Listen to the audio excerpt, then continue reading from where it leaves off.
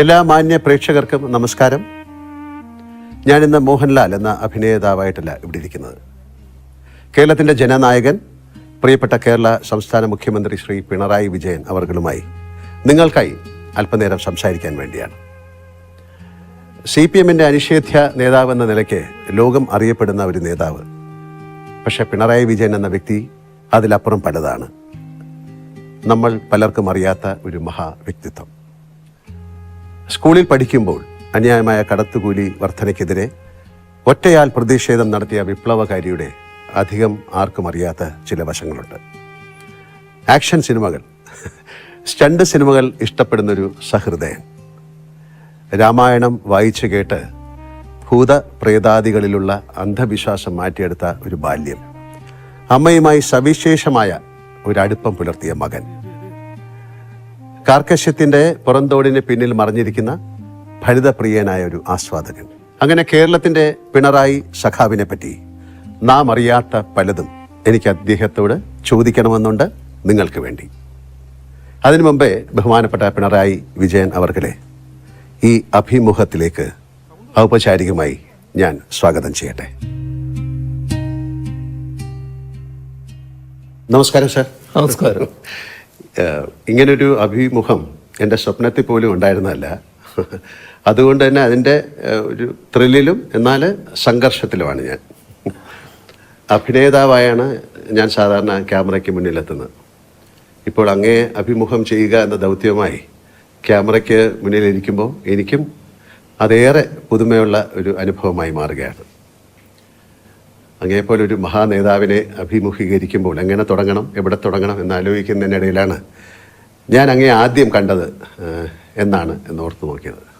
കേരളത്തിലെ ഏതൊരു സാധാരണക്കാരനെയും പോലെ വർഷങ്ങൾക്കിടെ നിരവധി തവണ ഞാൻ അങ്ങേ നേരിട്ടും അല്ലാതെയും കണ്ടിട്ടുള്ളത് കൊണ്ട് തന്നെ ആദ്യം കണ്ടത് എന്നാണെന്ന് സ്വാഭാവികമായി എനിക്ക് ഓർത്തെടുക്കാനായില്ല.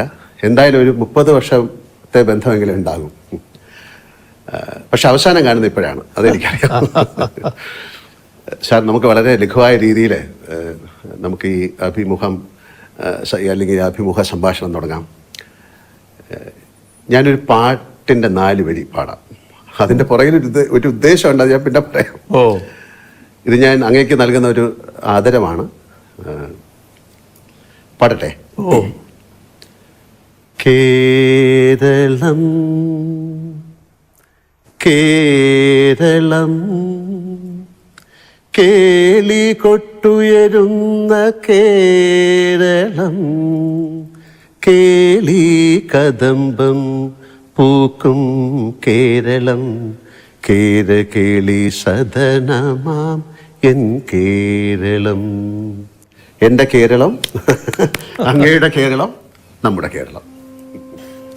അല്ല, ഇതിൻ്റെ പുറകിലെ ഒരു നല്ല ഉദ്ദേശം എന്താണെന്ന് പറഞ്ഞാൽ അങ്ങും എനിക്ക് 4 വരി പാടിത്തരണം. ഇപ്പോൾ വേണ്ട. പിന്നെ നമ്മുടെ ഈ സംഭാഷണത്തിൻ്റെ ഇടയ്ക്കോ അത് അവസാനിക്കുമ്പോഴോ എന്തെങ്കിലും. സാർ, ഞാൻ സിനിമയിൽ വന്നിട്ട് 48 വർഷമായി. അതുകൊണ്ട് തന്നെ സിനിമയുമായി ബന്ധപ്പെട്ട ഒരു ചോദ്യത്തിൽ നിന്ന് നമുക്ക് തുടങ്ങാം. സാർ, ആദ്യമായി കണ്ട സിനിമ ഏതാണെന്ന് ഓർമ്മയുണ്ടോ? അത് വളരെ ചെറുപ്പത്തിലുള്ളതായതുകൊണ്ട് അത്ര ഓർമ്മയില്ല. ഇല്ല.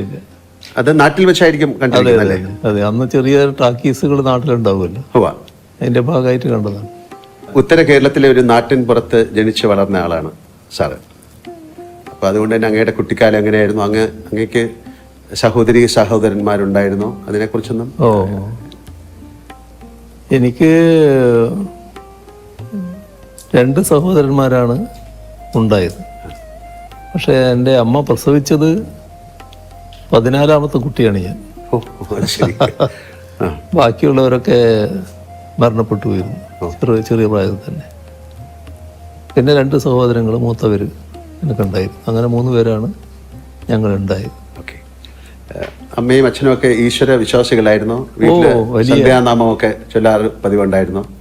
ഈശ്വര വിശ്വാസികളും വലിയ തോതിലുള്ള ഈ അന്നത്തെ കാലത്ത് ഭൂതപ്രേത കാര്യങ്ങളൊക്കെ വലിയ തോതിലുള്ള കാലമാണ്. അതെ അതെ. അപ്പോൾ അതിനൊക്കെ വല്ലാതെ വിശ്വസിക്കുന്ന കൂട്ടത്തിലായിരുന്നു. അതിൽ അമ്മയാണ് ഏറ്റവും കൂടുതൽ ഈ വിശ്വാസങ്ങൾ കൊണ്ടു നടന്നിരുന്നത്. അച്ഛനും വിശ്വാസി തന്നെയാണ്, പക്ഷേ അത്രത്തോളം ഉണ്ടെന്ന് പറയാൻ പറ്റില്ല. കുട്ടിക്കാലത്ത് ഏറ്റവും സന്തോഷകരവും സങ്കടകരവുമായ ചില സാഹചര്യങ്ങൾ എല്ലാവർക്കും ഉണ്ടാവും, അങ്ങേക്കും ഉണ്ടായിട്ടുണ്ടാവും. അങ്ങനെയെങ്കിൽ അവയൊക്കെ അങ്ങയുടെ ജീവിതത്തെ എങ്ങനെയാണ് സ്വാധീനിച്ചിരിക്കുന്നത്? അതിൽ വലിയ തണലായിട്ട് അമ്മ തന്നെയാണ് ഉണ്ടായത് എല്ലാ കാര്യത്തിലും. സാധാരണ നിലക്ക് നല്ല കരുതലോടെ എന്നെ വളർത്തുന്നതിൽ അമ്മ പ്രധാന പങ്ക് വഹിച്ചിട്ടുണ്ട്. എൻ്റെ കുട്ടിക്കാലത്തിന് അന്നത്തെ കാലം എല്ലാവരും പഠിക്കുന്ന കാലമല്ല, പിന്നെ പഠനം തുടരണമെന്നും ആഗ്രഹിക്കുന്ന കാലമല്ല. ഒരു 5ാം തരം ആവുമ്പോൾ പഠനം അവസാനിപ്പിക്കുക. അന്ന് നാട്ടിൽ ധാരാളം ഉള്ളത് ബീഡി കെട്ടാണ്. ബീഡി തൊഴിലിന് പോവാം, ബീഡി കെട്ടാൻ പോകും. കുട്ടികൾ പോയിട്ട് ബീഡി ഇങ്ങനെ കെട്ടിക്കൊടുക്കും, നൂല് കെട്ടി. അതിന് പിന്നെ ഈ ചെന്ന ആൾക്കാർ പറഞ്ഞു കുട്ടി പഠിക്കട്ടെ. അപ്പോൾ അതറിഞ്ഞിട്ട് സ്കൂളിലെ പ്രധാന അധ്യാപകനും മാനേജറുമായിട്ടുള്ള അദ്ദേഹം അമ്മയോട് പറഞ്ഞു, അവനെ ഇപ്പം അതിനൊന്നും വിടരുത്, നിങ്ങൾ പഠിപ്പിക്കുക തന്നെ വേണം എന്ന് പറഞ്ഞു. അങ്ങനെയാണ് LP സ്കൂൾ കഴിഞ്ഞിട്ട് UP സ്കൂളിൽ ചേരുന്നു. UP സ്കൂളിൽ ചേർന്നപ്പോൾ ഒരു പ്രധാന കാര്യമുണ്ടായി. അവിടെ ഒരു മലയാളം അധ്യാപകൻ, മലയാളം വിദ്വാൻ, മുൻഷി എന്നാണ് നമ്മൾ സാധാരണ പറയുക, മുൻഷി മാഷ്. അദ്ദേഹം എന്നോടൊരു ദിവസം ചോദിച്ചു, നിൻ്റെ നക്ഷത്രത്താ? അപ്പോൾ അന്ന് എനിക്കറിയാവുന്ന നക്ഷത്രം ഞാൻ പറഞ്ഞു കൊടുത്തു. ഇതായിരിക്കില്ല എന്ന് അദ്ദേഹം എന്നോട് പറയാണ്, നിൻ്റെ അമ്മയോട് വരാൻ പറയണമെന്ന്. അങ്ങനെ അമ്മ ചെന്നു. അപ്പോൾ അത് തന്നെ ഒരു നാട്ടിൽ വാർത്തയായി, മുൻഷി മാഷ് അമ്മയെ വിളിച്ചിരിക്കുന്നു എന്നൊരു വാർത്ത. അങ്ങനെ ചെന്നപ്പോൾ എപ്പോഴായിരുന്നു പ്രസവിച്ചത്, ഏതാ സമയം എന്നൊക്കെ ചോദിച്ചു. ആ കാലത്ത് നിന്ന് വലിയ കൃത്യതയല്ല, ഉച്ചയ്ക്ക് ശേഷമാണ് എന്ന് മാത്രമേ അമ്മയ്ക്ക് കൃത്യമായിട്ട് പറയാൻ പറ്റുള്ളൂ. അപ്പോൾ അദ്ദേഹം നോക്കുമ്പോൾ ഞാൻ ആദ്യം പറഞ്ഞ നക്ഷത്രം ഉച്ചയോടുകൂടി അവസാനിച്ചിരിക്കുന്നു, പിന്നെ പുതിയ നക്ഷത്രമാണ്. അപ്പോൾ അദ്ദേഹം പറഞ്ഞു, ഇതാണ് ഇവൻ്റെ നക്ഷത്രം, ഞാൻ ജാതകം എഴുതിത്തരാമെന്ന് പറഞ്ഞു. അങ്ങനെ അദ്ദേഹം എഴുതുന്ന ജാതകം അമ്മയുടെ കയ്യിലുണ്ടായിരുന്നു ഒരു ദീർഘകാലം. എന്നിട്ട് അവിടുന്ന് പറഞ്ഞു, ഇവൻ എവിടെയാണോ തോക്കുന്നത് അവിടം വരെ പഠിപ്പിക്കണം, തോറ്റാൽ നിർത്തിക്കോളും എന്ന് പറഞ്ഞു. അങ്ങനെയാണ് പഠനം തുറന്നു പോകുന്നതിന് ഇടയാകുന്നത്. ESLC ഉണ്ടായിരുന്നു. 8ാം തരത്തിൽ ESLC എന്ന് പറയുന്ന ഒരു പബ്ലിക് എക്സാമിനേഷൻ ഉണ്ട്. അതിൽ ഞങ്ങൾ 3 കുട്ടികളായിരുന്നു അവിടുന്ന് പാസ്സായത്. പഠനത്തിന് പിന്നെ മറ്റ് പിന്തുണയൊന്നുമില്ലല്ലോ, നമ്മൾ തന്നെ വായിക്കുന്നെങ്കിൽ വായിക്കുക എന്നുള്ളതേ ഉള്ളൂ. വീട്ടിൽ സഹായമില്ല, അയൽവക്കങ്ങളിലും സഹായം കിട്ടാനില്ല. കാരണം ആരും അങ്ങനെ പഠനമായിട്ട് ബന്ധപ്പെട്ടവർ ഇന്നത്തെ സമൂഹത്തിനെ പോലെയല്ലാരും. അപ്പം അതിലൊക്കെ പക്ഷേ വലിയ സ്നേഹസമ്പന്നരാണ് എല്ലാവരും, എല്ലാ കാര്യങ്ങളിലും നല്ല സ്നേഹമാണ്. അതാണ് അതിൻ്റെ ഒരവസ്ഥ. സാറ് വളരെ അടുത്ത കൂട്ടുകാരുണ്ടായിരുന്നിരിക്കാം.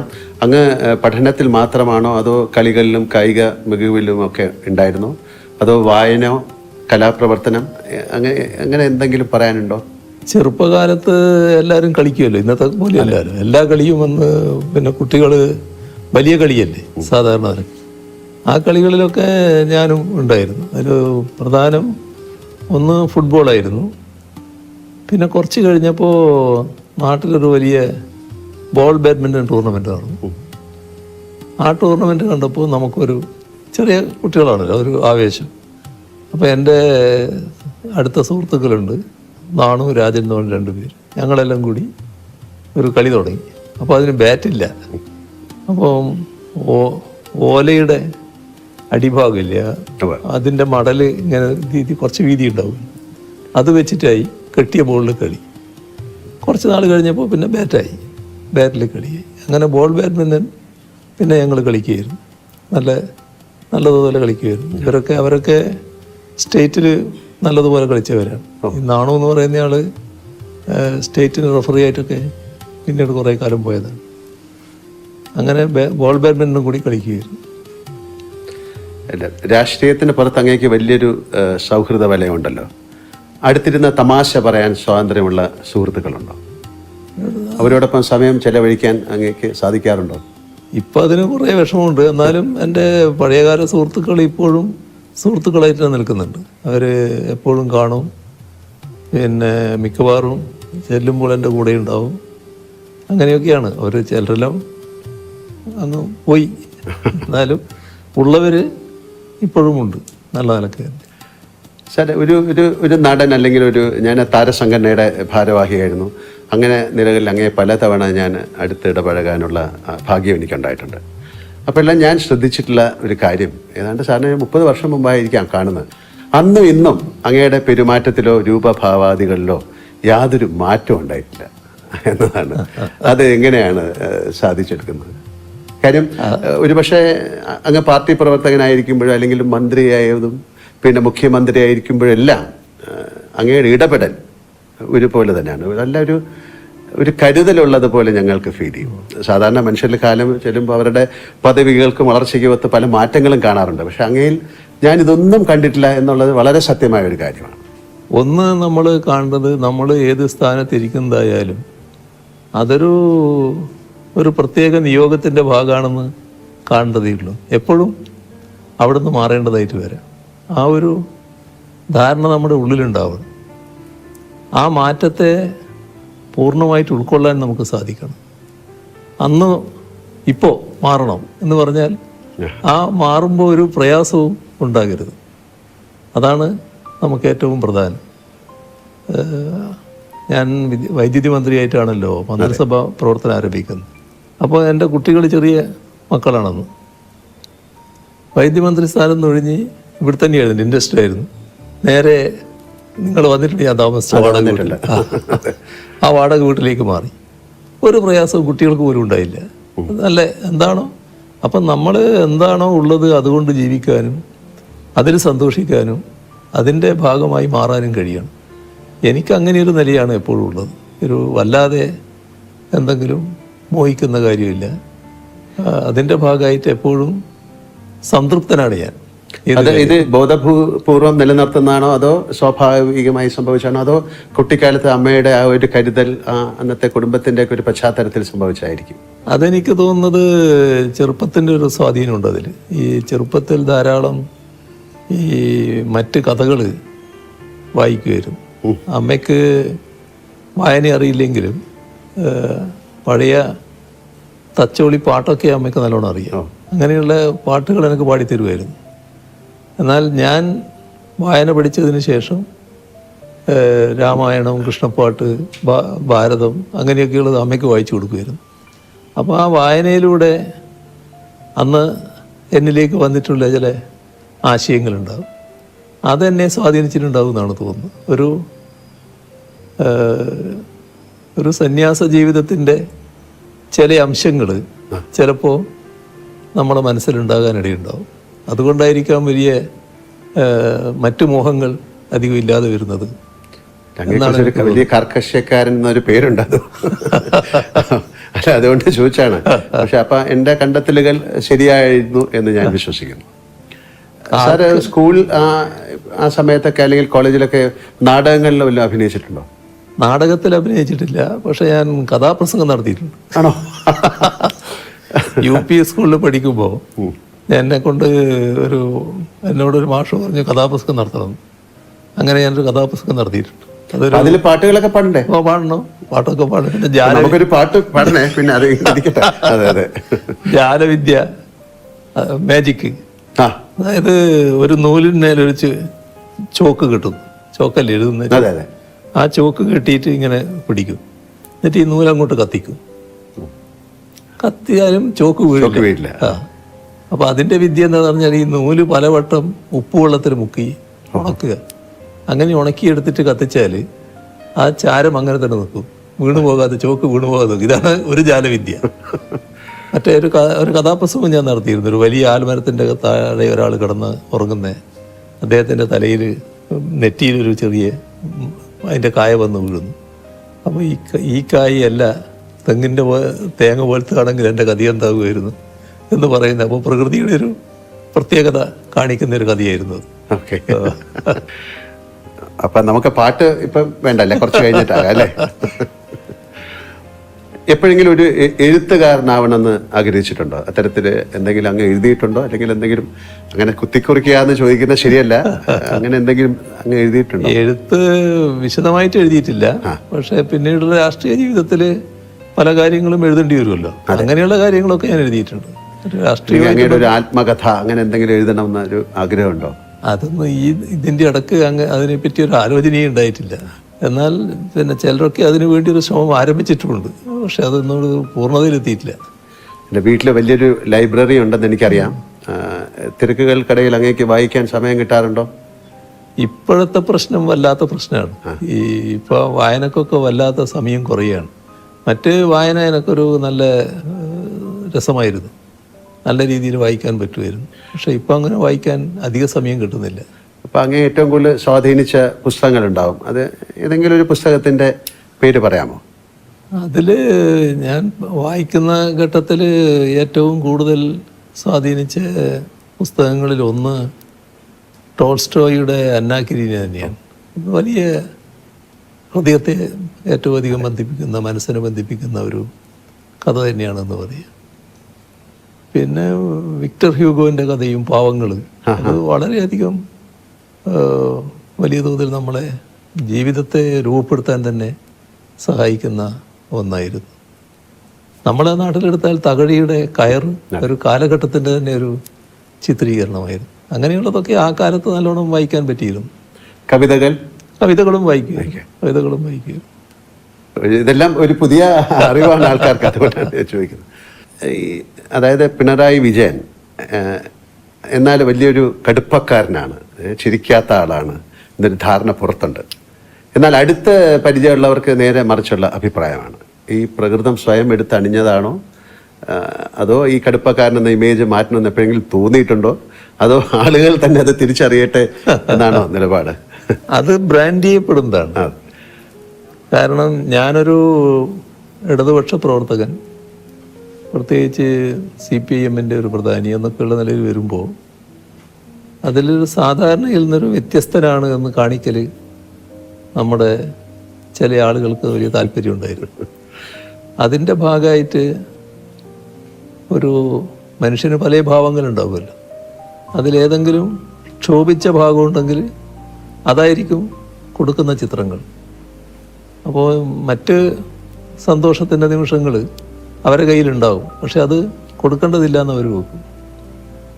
ഞാൻ പിന്നെ എന്നെപ്പറ്റി വരുന്ന വാർത്തകളിൽ അധികം അങ്ങനെ വ്യാകുലപ്പെടാറില്ല. അതിപ്പോൾ സ്വാഭാവികമായിട്ട് വരുന്നൊരു കാര്യമായിട്ട് ഞാൻ കാണാറില്ല. ഞാൻ പ്രതിദാനം ചെയ്യുന്ന പാർട്ടിയോടുള്ള എതിർപ്പിൻ്റെ ഭാഗമായി അത് എന്നിലൂടെ പ്രകടിപ്പിക്കുന്നു മാത്രമേ ഉള്ളൂ എന്ന നിലക്കാണ് ഞാനത് കാണാറ്. ഈ എതിർപ്പ് ഉയർത്തുന്നവരോടും ഒരു തരത്തിലുള്ള ഈർഷ്യയോ വിദ്വേഷമോ എനക്കൊട്ടുണ്ടാകാറുമില്ല. അവരവരെ രീതി സ്വീകരിക്കുന്നു എന്ന് മാത്രമേ കാണാറുള്ളൂ. അപ്പം അതുകൊണ്ട് തന്നെ ഏതെങ്കിലും ഒരു തെറ്റായ കാര്യം വന്നാൽ, ഇപ്പോൾ സാധാരണ രാഷ്ട്രീയ പ്രവർത്തകരായിട്ടുള്ള ആൾക്കാർ പല മാധ്യമങ്ങളെയും അപ്പം തന്നെ വിളിക്കും, എന്താ നിങ്ങളങ്ങനെ കൊടുത്തത്, ഇങ്ങനെ കൊടുത്തത് ശരിയാണോ എന്നൊക്കെ പറയും. ഇന്ന് വരെ ഒരാളെ ഞാൻ വിളിക്കാൻ പോയിട്ടില്ല. എന്ത് വാർത്ത വന്നാലും അതവിടെ നിന്നോട്ടെ എന്നുള്ളതാണ്. അങ്ങനെയൊരു പ്രകൃതമാണ് ഞാൻ സ്വീകരിച്ചു വരാറുള്ളത്. അത് വീട്ടിലെ ഒരു അച്ഛൻ മുത്തച്ഛൻ അല്ലേ? അപ്പൊ ഏത് തരത്തിലുള്ളൊരു സമീപനമാണ് കുട്ടികളോടോ അത് വീട്ടിലെത്തിയാൽ ഞാൻ അവരുടെ സ്വന്തം ആള് തന്നെ, അതിനകത്ത് പ്രശ്നമില്ല. എൻ്റെ പുറത്തുള്ള എല്ലാ തിരക്കുകളും ഇപ്പൊ കുറച്ച് പ്രയാസമുണ്ട്. ഇപ്പൊ ഈ ദിവസങ്ങള് വല്ലാത്ത പ്രയാസങ്ങളുള്ളത്.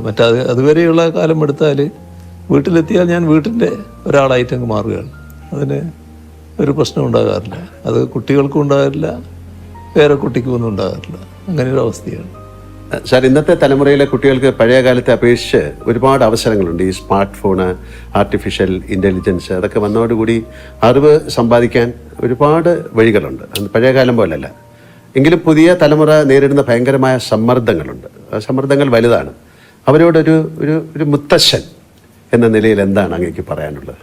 അല്ല, ഇന്നത്തെ കാലത്ത് ഈ പറഞ്ഞ കാര്യം ശരിയാണ്. കുട്ടികൾ വലിയ തോതിൽ വിവരങ്ങൾ അവരുടെ വിരൽത്തുമ്പിൽ കിടക്കുകയാണ്. ഒന്ന്, കുട്ടി എന്തെങ്കിലും കാര്യങ്ങൾ ചെയ്യാൻ തുടങ്ങുന്നതിന് മുൻപ് തന്നെ സാങ്കേതിക കാര്യങ്ങളാണ് ചെയ്തു തുടങ്ങുന്നത്.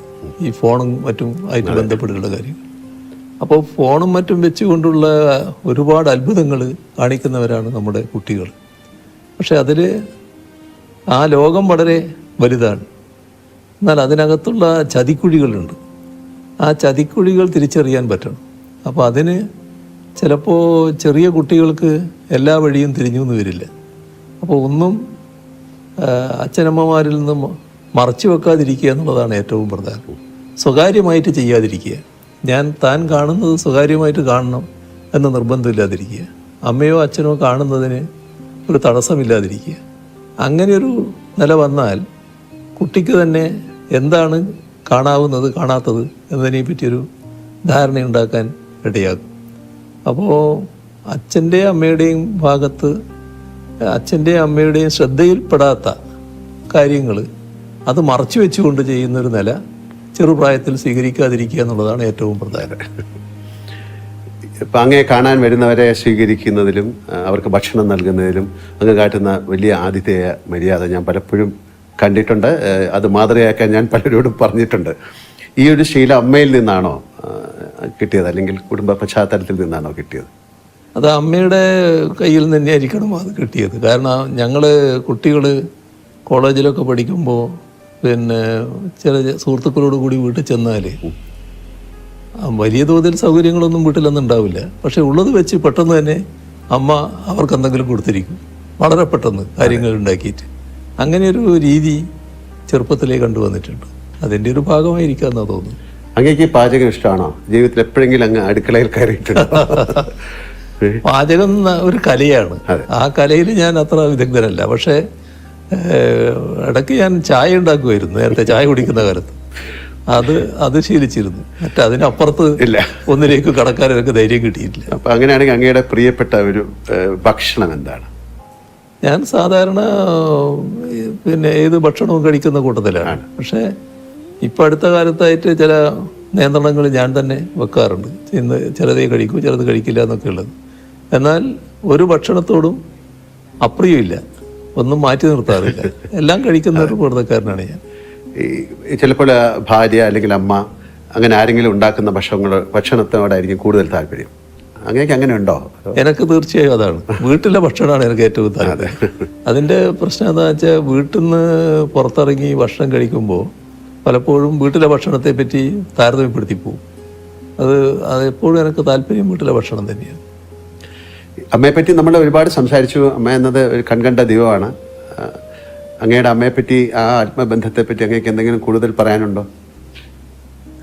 അമ്മയുടെ വേർപിരിയലാണ് പറയാനുള്ളൊരു ഭാഗം. അതായത് അന്ന് ഞാൻ തിരുവനന്തപുരത്താണ്. തിരുവനന്തപുരത്ത് പാർട്ടി സെക്രട്ടേറിയറ്റ് മെമ്പറായിട്ട് ഫുള്ളായിട്ട് ഇവിടെ നിൽക്കുന്ന സമയം.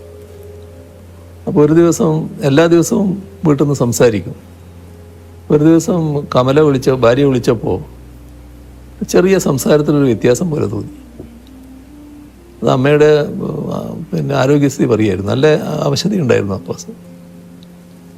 മറ്റൊന്നും പറഞ്ഞില്ല, പക്ഷെ എനിക്ക് തോന്നി എന്തോ ഒരു പ്രശ്നമുണ്ട്. അപ്പോൾ ആ കാലത്ത് ചടയം ഗോവിന്ദനാണ് സെക്രട്ടറി. അപ്പോൾ ഞാൻ പറഞ്ഞ് എന്തോ ഒരു പ്രശ്നമുണ്ടെന്ന് തോന്നുന്നു, ഞാനൊന്ന് പോയിട്ട് വരാമെന്ന് പറഞ്ഞ് അങ്ങനെ വൈകുന്നേരം വീട്ടിലേക്ക് പോയി. രാവിലെ അവിടെ എത്തി. വീട്ടിലെത്തി. അപ്പോൾ അമ്മ അവിടെ കിടന്നിട്ടുണ്ട്. അവിടെ നിന്ന് എഴുന്നേറ്റിരുത്തി എൻ്റെ ദേഹത്തിങ്ങനെ ചാരിയിരുന്ന് ലേശം വെള്ളം കൊടുത്തു. ആ വെള്ളം കുടിച്ചു. അവിടെ കഴിഞ്ഞു. അതെ. അപ്പോൾ അതാണ് അതിൻ്റെ പ്രത്യേകത. അത് കഴിഞ്ഞിട്ട് എനിക്കറിയാം അമ്മ ഏത് നിമിഷവും മരണപ്പെടുമെന്നൊക്കെ നമുക്കറിയാമല്ലോ. പക്ഷേ ഞാനും വൈഫും മാത്രമേ ആ സമയത്തുള്ളൂ, മറ്റാരുമില്ല. അപ്പോൾ ഞാൻ പുറത്തിറങ്ങിയിട്ട് ആളോട് പറയണമല്ലോ. പുറത്തിറങ്ങി ഒരാൾ മുമ്പിൽ വന്ന് വിട്ടു, ഒരു നാണു എന്ന് പറയുന്നയാൾ. പക്ഷെ ഒരക്ഷരം വാക്കിങ്ങോട്ട് വരുന്നില്ല, പറയാൻ പറ്റുന്നില്ല. അപ്പോൾ അദ്ദേഹത്തിന് മനസ്സിലായി അതങ്ങനെയൊരു ബന്ധമായിരുന്നു. അതായത് ഞാൻ കേട്ടിട്ടുണ്ട് അമ്മയുടെ മടിയിൽ തല വെച്ച് കിടന്ന് അങ്ങനെ രാമായണം കേൾക്കുന്നത്. അങ്ങക്ക് ഭൂതപ്രേത ശാചിക്കലൊക്കെ പേടിയായിരുന്ന സമയത്ത് അങ്ങനെയല്ലേ കുട്ടികൾ? ഭയങ്കര പേടിയായിരുന്നു. ചെറിയ പേടിയല്ല, അപ്പൊ ഇതെല്ലാം കേട്ട് കഴിഞ്ഞ് അങ്ങേക്ക് ഒരു ആന്തരികമായ ഒരു ആത്മീയ വശം ഉണ്ടായിട്ടുണ്ടോ? ഈ നേരത്തെ പറഞ്ഞു, എന്നാലും ഒരു സന്യാസം എന്ന് പറഞ്ഞ പോലെ അങ്ങേക്ക് ഒരു ആന്തരികമായ ഒരു ആത്മീയ വശമുണ്ടെന്ന് വളരെ വിശ്വസിക്കുന്ന ഒരാളാണ് ഞാൻ. അതായത് ഇതിനെപ്പറ്റി പറയാറ് സാധാരണ നിസ്സാരമായുള്ള സംസാര സാഗരം എന്നാണ്. അതെ. അപ്പൊ അങ്ങനൊരു തോന്നലാണ് ആ ചെറുപ്പകാലത്ത് എനിക്ക് ഉള്ളത്. അതിൻ്റെ ഭാഗമായിട്ട് കുറേ ആ സ്വാധീനം എന്നിലുണ്ടാവും തന്നെയാണ് തോന്നുന്നത്. പക്ഷെ ഭൂതപ്രേത പിശാചുക്കളെ പറ്റി ഭയങ്കര വിശ്വാസമായിരുന്നു. ആ സമയത്ത് ലൈറ്റോ അങ്ങനെയൊന്നും അധികം ലൈറ്റ് ഇല്ലല്ലോ. പിന്നെ എൻ്റെ വീട്ടില് ഇലക്ട്രിസിറ്റി വരുന്നത് തന്നെ പിന്നെ ഞാൻ MLA ആയിരിക്കുമ്പോൾ പോലും ഇല്ല. അങ്ങനെ ഒരു കാലമാണത്. അങ്ങനെ ഒരു അവസ്ഥയാണ്. രാത്രി ആയാൽ പിന്നെ ഇരുടല്ലേ എല്ലാ സ്ഥലത്തും. അപ്പൊ എവിടെയും ഏത് ഭൂതവും പ്രേതവും പ്രത്യക്ഷപ്പെടാം. അതൊക്കെ പിന്നെ ഒരു ചെറിയ സമയം കഴിഞ്ഞപ്പോൾ നമ്മൾ വളരുകയല്ലേ, അതനുസരിച്ച് മാനസിക വളർച്ചയും വരികയല്ലേ. അത് പിന്നെ ഞാൻ തന്നെ മാറ്റിയെടുത്തതാണ് ബോധപൂർവ്വം. അങ്ങനെ ഈ കുടുംബത്തോടൊപ്പം ചെലവഴിക്കുന്ന ഏറ്റവും പ്രധാനപ്പെട്ട സമയം എന്താണ്? അത് ഒരു ദിവസത്തെ യാത്രയാണോ, അതോ ഒരുമിച്ചിരുന്ന് തീൻമേശയിൽ ഭക്ഷണം കഴിക്കുമ്പോഴാണോ? ഏറ്റവും പ്രധാനം തീൻമേശയിലെ ഭക്ഷണമാണ്. കാരണം ഞങ്ങൾ എല്ലാവരും ഒന്നിച്ചാണ് ഇരിക്കുക. ആരൊക്കെയുണ്ടോ എല്ലാവരും ഒന്നിച്ചാണ് ഇരിക്കുക. ആ ഘട്ടത്തിൽ എൻ്റെ സുഹൃത്തുക്കളുണ്ടെങ്കിൽ അവരും ഒന്നിച്ചാണ് ഇരിക്കുക. അങ്ങനെ ഒരു അവസ്ഥയാണ് എപ്പോഴും സ്വീകരിക്കാറ്. അപ്പോൾ അതാണ് ഏറ്റവും നല്ല സമയം. എപ്പോഴും ഭക്ഷണം എല്ലാവരും കൂടി ഒന്നിച്ച് കഴിക്കുന്നത് തന്നെയാണ് നല്ലത് എന്നാണ് ഉള്ള അഭിപ്രായക്കാരനാണ് ഞാൻ. അപ്പം ഞാനൊരു പാട്ട് പാടാൻ പറഞ്ഞാൽ ഇപ്പം പാടുന്നില്ല, കുറച്ച് കഴിഞ്ഞ് പാടാം അല്ലേ? ഞാൻ ഇടയ്ക്കിടയ്ക്ക് പറയും. സാറിൻ്റെ പിന്നെ മക്കളോ പേരക്കുട്ടിയോ അങ്ങയോട് പറയുന്നൊരു സൂപ്പർ ഹീറോ കഥകളൊക്കെ ഉണ്ടോ? അങ്ങനെ ഒന്ന് പറയാറുണ്ടോ? ചെറിയ കുട്ടിയായിരിക്കുമ്പം പേരക്കുട്ടിക്ക് വലിയ ഹീറോകളെ പറ്റി വലിയ അഭിപ്രായങ്ങളുണ്ടായിരുന്നു. ഒരുപാട് ആളുകളെ പറ്റി പറയുന്നത് അങ്ങോട്ട് വന്ന് സംസാരിക്കും. അതെ. ഈ ഒഴിവുവേളകളില്ല അങ്ങനത്തെ ഒരാളാണെന്ന് എനിക്കറിയാം. എന്നാലും ചോദിക്കുകയാണ്, വീണ് കിട്ടിയ ഒഴിവുവേളകളിൽ എന്ത് ചെയ്യാനാണ് ഇഷ്ടം? അല്ല, ഒഴിവുവേള ഉണ്ടെങ്കിൽ വായന നല്ല ഇഷ്ടമാണ്. പിന്നെ ചില ഘട്ടത്തിൽ പിന്നെ ടി വിയിൽ ഇപ്പോൾ സിനിമയൊക്കെ വരുന്നുണ്ടല്ലോ, ചില ഘട്ടത്തിൽ അത് കാണും. അങ്ങനെയൊക്കെയുള്ള കാര്യങ്ങൾ ഞാൻ ചെയ്യും. കുടുംബത്തോടൊപ്പം യാത്ര ചെയ്യാറുണ്ട്? അങ്ങനത്തെ മറക്കാനാവാത്ത യാത്രകളുണ്ടോ? യാത്ര എനിക്കിഷ്ടമാണ്, യാത്ര ചെയ്യാറുണ്ട്. അതിൽ ഏറ്റവും പ്രധാനപ്പെട്ട യാത്ര, ഒരു മറക്കാനാവാത്ത യാത്ര എന്ന് പറയുന്നത് എൻ്റെ സിംഗപ്പൂർ യാത്രയാണ്. ഞാനും വൈഫും മകളും എല്ലാം കൂടി പിന്നെ ഒരു യാത്ര നേരത്തെ ഉണ്ടായിരുന്നു. അപ്പോൾ അത് ഇത് കഴിഞ്ഞപ്പോഴാണ്, നമ്മുടെ വൈദ്യുതി മന്ത്രി സ്ഥാനം പോയപ്പോഴാണ്. അപ്പോൾ എൻ്റെ കയ്യിൽ ആ സമയത്തുള്ള യാത്ര ചെയ്യുമ്പോൾ നമുക്ക് കിട്ടുന്ന പോയിന്റ്സ് ഉണ്ട്. അതെ. അപ്പോൾ അത് ഉപയോഗിച്ചാണ് ഇവിടത്തേക്ക് പോകുന്നത്. ഭയങ്കര കഥ അതിനെപ്പറ്റി. ഞാൻ യാത്ര പോകേണ്ട താമസം എന്തോ ആരും ഇതേവരെ യാത്ര ചെയ്യാത്ത പോലെ ഭയങ്കരമായ വാർത്തകൾ വന്നു. പക്ഷേ അത് നല്ല ആസ്വദിച്ച യാത്രയായിരുന്നു. ഈ വാർത്ത വന്നു എന്നുള്ളത് കൊണ്ട് വല്ലാതെ വിഷമമൊന്നും എനിക്ക് അന്നുമില്ല, ഇപ്പോഴും ഇല്ല. അതാണ് അതിൻ്റെ രീതി. ആ യാത്ര നല്ല യാത്രയായിരുന്നു. അങ്ങനെ സിനിമകളൊക്കെ കാണുന്ന ആളാണ്, മലയാള സിനിമകളൊക്കെ കാണുന്നതാണ്. അങ്ങനെ മലയാള സിനിമയിൽ ഏറ്റവും പ്രിയപ്പെട്ട ഒരു കഥാപാത്രം ഏതാണെന്ന് ചോദിച്ചു കഴിഞ്ഞാൽ അങ്ങേക്ക് പറയാൻ പറ്റും? അത് അങ്ങയുടെ ജീവിതത്തിൽ എന്തെങ്കിലും ഒരു പ്രതിഫലിക്കുന്ന ഒരു കഥാപാത്രമുണ്ടോ? അല്ല, മലയാള സിനിമയിൽ ധാരാളം കഥാപാത്രങ്ങൾ നമ്മൾ ഓർത്തു വെക്കുന്നവരായിട്ടുണ്ടല്ലോ. ഒരു സാമൂഹ്യ പ്രതിബദ്ധതയുള്ള ഒരു കഥാപാത്രം അങ്ങയുടെ തന്നെയാണെന്ന് എനിക്ക് തോന്നുന്നത്. ഒരു മെഡിക്കൽ വിദ്യാർത്ഥിയായിട്ട് ചേർന്നിട്ട് ആ മെഡിക്കൽ വിദ്യാർത്ഥി റാഗിങ്ങിന് നേതൃത്വം കൊടുത്ത് അമൃതം ഗമയ MT എഴുതിയത് അല്ലേ? ഹരിഹരൻ. അതെ, ഹരിഹരൻ. അപ്പോൾ അതിനകത്ത് പിന്നെ നിങ്ങളാണ് ആ പിന്നെ ഇതായിട്ട് വരുന്നത്. അപ്പോൾ അവിടെ മാതൃകാ ഡോക്ടറായിട്ടാണ് പിന്നെ പ്രവർത്തിക്കാൻ ശ്രമിക്കുന്നത്. നിങ്ങൾക്ക് ഒരുപാട് നഷ്ടങ്ങൾ സംഭവിക്കുന്നുണ്ട്. പക്ഷെ അതൊന്നും പിന്നെ അവരിങ്ങനെ മുഖവിലക്കെടുക്കാതെ നിങ്ങൾ നിങ്ങളുടെ ആശയത്തിൽ തന്നെ ഉറച്ചു നിൽക്കുന്നു. ഒരു നല്ല സാമൂഹ്യ പ്രതിബദ്ധതയുള്ളൊരു കഥാപാത്രമായിരുന്നു. ഞാൻ അങ്ങോട്ട് ചോദിക്കാൻ, മോഹൻലാൽ സിനിമകളിൽ അങ്ങേക്ക് ഏത് കഥാപാത്രത്തിനോടാണ് താല്പര്യം? ഇപ്പൊ അത് അങ്ങ് പറഞ്ഞു കഴിഞ്ഞു. ഇതാണ് നല്ല ഇതായിട്ട് എനിക്ക് തോന്നിയത്. ഇതൊരു ഏതെങ്കിലും ഒരു സിനിമ സീൻ അത് അങ്ങ് യഥാർത്ഥ ജീവിതത്തിൽ പ്രയോഗിക്കാൻ ശ്രമിച്ചിട്ടുണ്ടോ, സാധിച്ചിട്ടുണ്ടോ? അല്ല, അങ്ങനെ ഞാൻ ചോദിക്കാറില്ല. ഇല്ല. പക്ഷേ ചില രംഗങ്ങൾ കാണുമ്പോൾ നമ്മുടെ ജീവിതവുമായിട്ട് ബന്ധപ്പെട്ട് ചില കാര്യങ്ങൾ താരതമ്യപ്പെടുത്താറുണ്ട്, ഓർക്കാറുണ്ട്.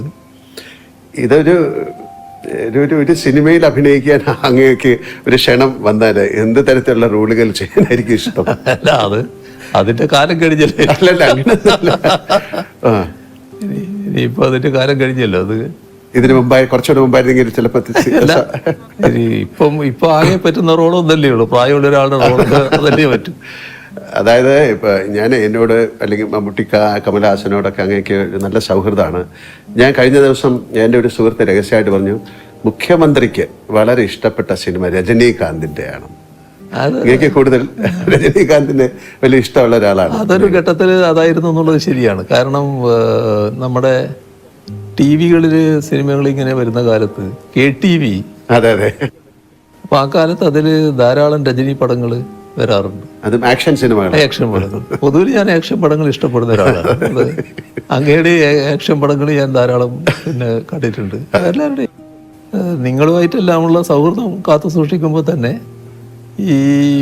ഈ പടങ്ങളോടൊരു പ്രത്യേകത എനിക്ക് തോന്നിയിരുന്നു, പുള്ളിയുടെ ഒരു രീതികളോട്. അതെ, അതാണ് കൂടുതലും എനിക്ക് തോന്നുന്നത് അങ്ങേക്ക് അതൊരു ആക്ഷൻ സീനിനോടുള്ള താല്പര്യമാണ്.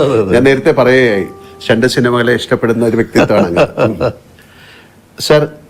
ഈ സിനിമയിൽ ചിലപ്പോഴൊക്കെ പോലീസ് മർദ്ദനത്തിന് വിധേയനാകുന്ന കഥാപാത്രങ്ങളെ ഞാൻ അവതരിപ്പിച്ചിട്ടുണ്ട്.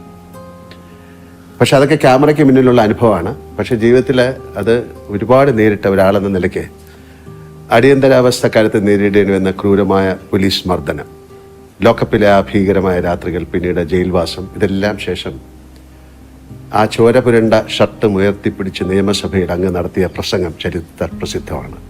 ആ ഷർട്ട് അന്ന് അങ്ങ് ഇന്ന് സൂക്ഷിക്കുന്നുണ്ടോ? ഇപ്പം എൻ്റെ കയ്യിലില്ല. ഇപ്പം എൻ്റെ കയ്യിലില്ല. പക്ഷെ അതുവരെ ഞാൻ സൂക്ഷിച്ചിരുന്നു. അതൊക്കെ ഒരു പ്രത്യേക അനുഭവത്തിലുള്ളതാണല്ലോ. നമ്മളെ ലോക്കപ്പിൽ ഞാനന്ന് ചെറുപ്പമാണ്, അതുകൊണ്ട് അതിനെ അതിജീവിക്കാൻ കഴിഞ്ഞു എന്ന് പറയാം. പക്ഷേ നമ്മുടെ അടിച്ച് തോല് പൊളിക്കുക എന്ന് പറയുന്നില്ലേ, എൻ്റെ ഈ ശരീരത്തിൻ്റെ തൊലി പൊളിഞ്ഞു പോയിരുന്നു. ഈ അടി കൊണ്ടിട്ട് നീര് കെട്ടിയിട്ട് അതിൻ്റെ ആ തൊലി പോയിട്ട് വേറെ തൊലി വന്നിരുന്നു. അങ്ങനത്തെ ഒരു അവസ്ഥയുണ്ടായിരുന്നു. അത് അത്തരത്തിലുള്ളതായിരുന്നു തല്ല്. പിന്നെ ഈ ഒരു മിന്നലിങ്ങനെ വരും. ഈ അടി ഈ ഭാഗത്തൊക്കെ കൊണ്ടാൽ കണ്ണിൽ ഒരു മിന്നുന്ന പോലെ തോന്നും. അങ്ങനെയൊക്കെയുള്ള തല്ലായിരുന്നു അത് വളരെ വളരെ കടുത്ത മർദ്ദനായിരുന്നു. അല്ല, ആഭ്യന്തര വകുപ്പിൻ്റെ ചുമതലയുള്ള മുഖ്യമന്ത്രിയായി ഭരണം നടത്തുമ്പോൾ അന്ന് പോലീസ് മർദ്ദനമേറ്റ് കിടന്ന 28-29 വയസ്സുകാരൻ ഓർമ്മയിൽ വരാറുണ്ടോ? കാര്യം ശരീരത്തിലെ മുറിവിനേക്കാൾ വലിയ പോറലുകൾ അന്ന് മനസ്സിലേറ്റിട്ടുണ്ടെന്ന് നിങ്ങൾക്കറിയാം. ആ മാനസികാവസ്ഥ ഇന്ന് തിരിഞ്ഞു നോക്കുമ്പോൾ എങ്ങനെയാണ് അങ്ങ് വിലയിരുത്തുന്നത്? അല്ല, അത്തരം ഒരവസ്ഥ ഉണ്ടാകാതിരിക്കുക എന്നുള്ളതാണ് പൊതുവിൽ ഞാൻ ആഗ്രഹിക്കുന്നത്. അതുകൊണ്ട് തന്നെ ലോക്കപ്പിലുള്ള മർദ്ദനത്തോട് ഒരു ദയയും കാണിക്കാറില്ല. അത്തരം ഉദ്യോഗസ്ഥരോട് കടുത്ത സമീപനം സ്വീകരിക്കുന്ന നിലയാണ് സ്വീകരിച്ചു പോകാറ്. ഏതെങ്കിലും തരത്തിൽ ഒരു ലോക്കപ്പ് മർദ്ദനത്തിൻ്റെ ഭാഗമായിട്ട് ഒരാൾ മരണപ്പെട്ടു എന്നൊരു കേസ് വന്നാൽ നമ്മളത് ഇവിടെ പോലീസ് അന്വേഷിക്കാൻ പാടില്ല എന്നുള്ള നില തന്നെ എടുത്തിരിക്കുകയാണ്. അത് ഉടനെ CBIക്ക് കൊണ്ടുവന്നതാണ്. കാരണം ഇവിടുത്തെ ഏജൻസി തന്നെ അന്വേഷിക്കാൻ പാടില്ല എന്ന നിലപാടാണ് എടുത്തിട്ടുള്ളത്. അത് ആ നില തന്നെ സ്വീകരിച്ചു പോവുകയാണ്. അതെല്ലാം ഇതിൻ്റെ ഭാഗം തന്നെയാണ്.